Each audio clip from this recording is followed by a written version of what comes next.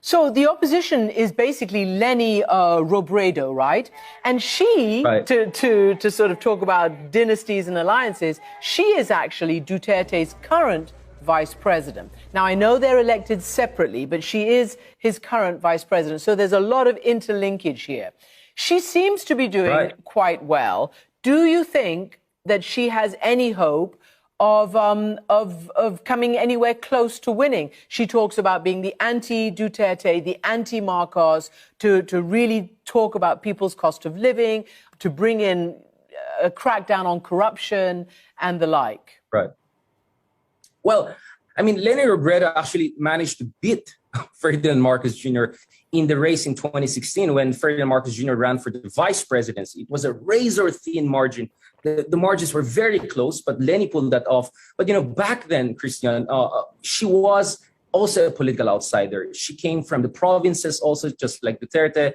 She was a fresh face on the national stage. But, you know, over the past 6 years, she has been a big victim of disinformation. The Marcoses never accepted their defeat in 2016, so they have questioned her mandate. All sorts of disinformation has been targeting her. She criticized Duterte's war on drugs for understandable reason. So Duterte has been also attacking her. So she has been squeezing between these two houses of illiberalism and authoritarianism in the Philippines. So when she's fighting right now, she's also fighting against 5 years of disinformation.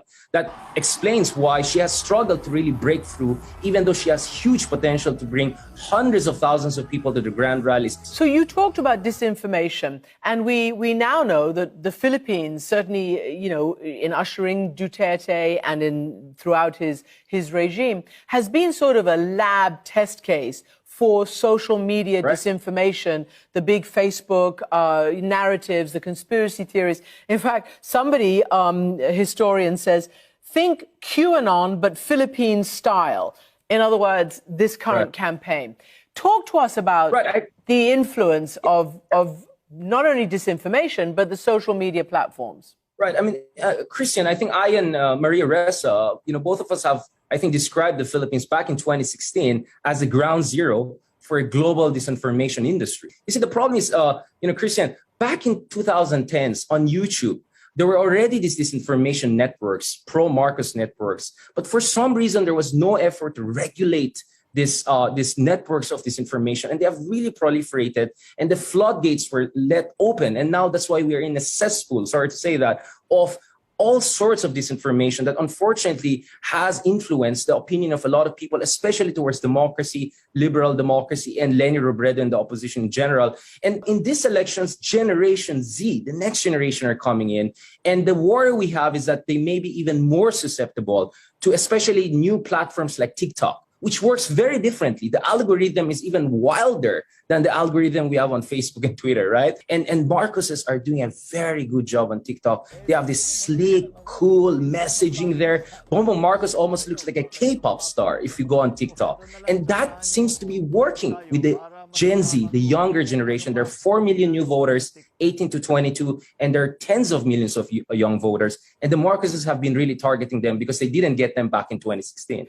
By the way, do these Gen Z voters, does the Philippines actually teach history in terms of what the Marcos regime was like in schools? Right. I mean, Christian, actually, I come from the north. My mom is from the north, right?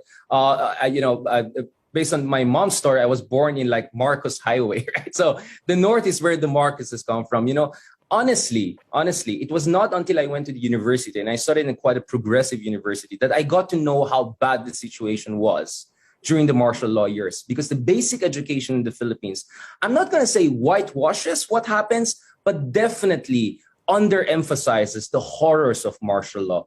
That is why it's very, very easy for these alternative narratives of the golden era that we need a strong man and Marcos was our best president ever. It resonates with a lot of youth because our basic education system essentially has really come short. So some of us were lucky to go to progressive Western universities, so we have a better knowledge of what happened then. But that's not the reality on the basic education level. And now, just to sort of broaden the lens out a little bit, what would a Marcos victory mean to, let's say, China, who are looking very closely, of course, at everything that's going on in their Pacific neighborhood. Let's say the United States, which has a long history of alliance with the Philippines. Right. I mean, the Philippines has been perched at the center of this scramble by superpowers in the Indo-Pacific region, right? The Philippines has very strategically located bases that will be relevant to America's ability to deter Chinese aggression and hegemonic ambition in this part of the world. But what we saw with President Duterte was that he actually pivoted towards China and tried to downgrade our relationship with the United States in his earlier years. The problem was China took Duterte for a ride. You know, China offered him billions of dollars of investment, offered him concessions